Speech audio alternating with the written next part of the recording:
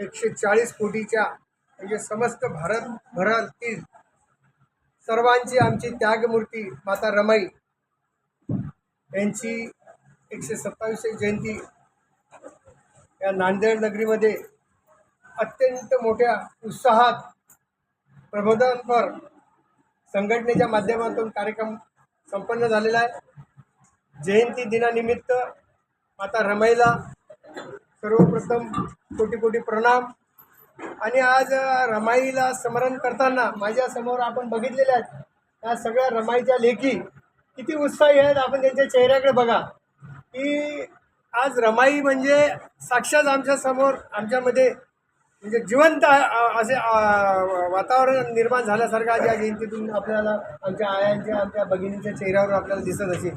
तेव्हा आपण मला विचारलेला आज रमाईच्या जयंतीनिमित्त काय, तर ह्या सर्व कलावंतांच्या माध्यमातून महापुरुषांचे संतांचे विचार तळागाळातील गोरगरीब जनतेपर्यंत पोहोचवण्याचे काम आजच्या या जयंतीनिमित्त आम्ही प्रयत्न करत आहोत। आणि घराघरामध्ये बाबासाहेबांचे विचार, घराघरामध्ये माता रमाईचे विचार, माता रमाईने बाबासाहेबांना ज्या पद्धतीने पाठीशी खंबीर उभ्या राहिल्या तशा प्रत्येक कुटुंबामध्ये प्रत्येक व्यक्तीच्या पाठीमागे आमच्या ह्या रमाई ज्या पद्धतीने रमाईने कार्य केलं त्या पद्धतीने आमच्या ह्या मातांच्या या भगिनींच्या हातातून घडो अशी या आज आम्ही तशी शपथ घेतली। आणि ह्या आमच्या माता भगिनी त्या पद्धतीने कार्यरत आहेत, कार्यरत राहतील आणि पुढेही माता रमाईला स्मरण करून त्यांचं आयुष्य पुढे नेतील।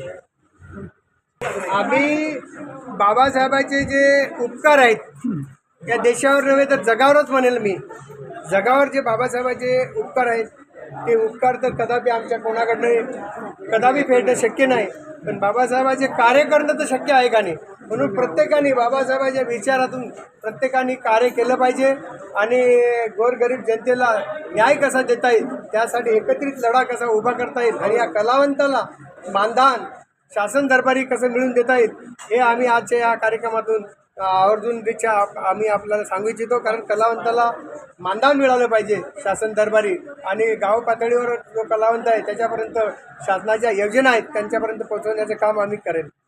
कार्याचा गुणगौरव या ठिकाणी रमाई पुरस्काराने सन्मानित करण्यात आलेला आहे आणि अनेक महिलांना त्यांच्या कार्याचा गुणगौरव करताना रमाई मातेच्या नावाने जो पुरस्कार मिळालेला आहे त्याबद्दल त्यांना अत्यंत आनंद झालेला आहे। पाहिजे तर आपण ह्या आईला विचारा, त्यांच्या डोक्याला निळा जो टिळा दिसतो तो टिळाच किती शांतीचं प्रतीक आपण बघा आणि त्यांच्या चेहऱ्यावरला हावभाव बघा।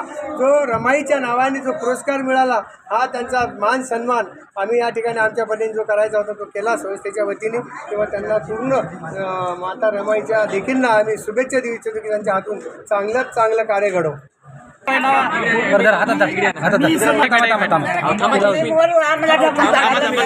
मिनिट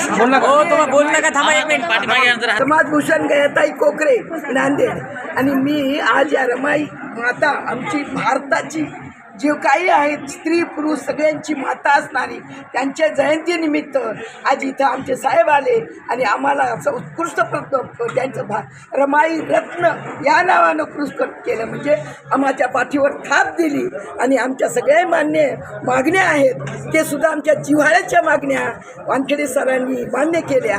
मान्य करण्याचं आश्वासन दिलं म्हणजे काय आहे की आजचा दिवस हा आमचा खरोखर मातेचा सन्मान आहे, भारत माते सन्मान आहे हे मी आज याच्यातून सांगू शकते आणि सर्व लोकांना सांगू शकते की एकच गोष्ट आहे, सत्य मनुष्य हाच केंद्रबिंदू मानून आज वानखेडे साहेबांनी आम्हा एवढ्या म्हातारपणी 70 वर्षाच्या बाईला सुद्धा मला आई म्हणून सांगितलं त्याबद्दल त्यांचे खूप ऋणी आहे।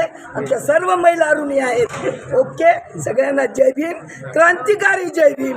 रमाई मातेचा आदर्श सगळ्यांनी घ्यावा आणि मुलांनाही आंबेडकरीवादी आंबेडकरांचे विचार मनात आणून त्यांनी सुद्धा आंबेडकरांची काही पायी करण्याची पात्रता ठेवावी अशी आईची इच्छा आहे। जय भीम। राहू दे नाही।